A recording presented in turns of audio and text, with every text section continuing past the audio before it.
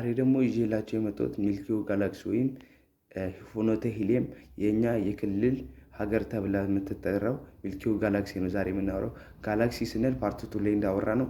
ጋላክሲ በትሪሊየን የሚቆጠሩ ጋላክሲዎች አሉ። ፀሐይ ስንል እኛ የፀሐይ ክልል በመባል እንታወቃለን። 9 ፕላኔቶች የፀሐይ ክልል ተብሎ ይጠራሉ። እኛ አሁን 2 ትሪሊየን ተብሎ በመጽሐፍ እንደተጻፈው አንድሮሜዳ 219 ላይ ፒክቸሯል። ጋላክሲዎች እንደዚህ ክብ የመስራት ሰርክል የመስራት እንትን አላቸው። ሰርክል የመስራት ባህሪ ያላቸው ጋላክሲ በብዛት የሚወጣባቸው ወራቶች ከሚያዝያ እስከ ሐምሌ ነው። ከሚያዝያ እስከ ሐምሌ ለረጅም ወራቶች በሰፊ ይወጣሉ ተብሎ በመጽሐፍ ላይ ተጠቅሷል። ጋላክሲዎች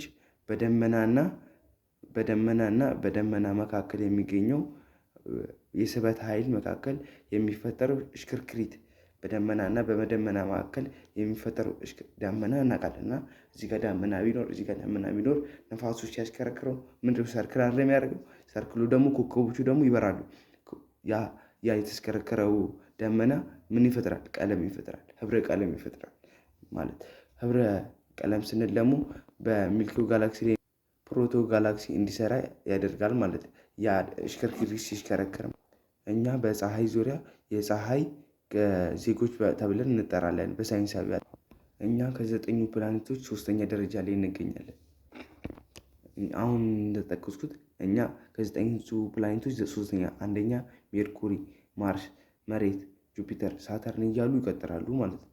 እና እኛ በጣም የሰው ልጅ መኖር የሚችልበት እርዝ ማለት አሁን በጥናት እንደሚካሄደው ማርስ ላይ እየተሞከረ ነው። እኔ ዛሬ ማቅረብላችሁ ሐሙስ ነው። የሚወጡ መረጃዎች ካሉ አጋራችኋለሁ። ላይክ፣ ሼር፣ ሰብስክራይብ ያደርጋችሁ ይሄ ቪዲዮ ይቀጥላል። ሌላ አሁን ቀጣይ የምንሰራው ቪዲዮ ደግሞ ትንሽ ረዘም እናደርገዋለን። አሁን የምንሰራው እዚህ ቪዲዮ 3 ደቂቃ ወይም ትንሽ ነው እየሰራ ያለው ቶሎ ማንበብ ስላለብኝ ማለት አሁን እየተመቸኝ ስላልሆነ ነው። አነብላችኋለሁ። ቀጣይ የምናነብላችሁ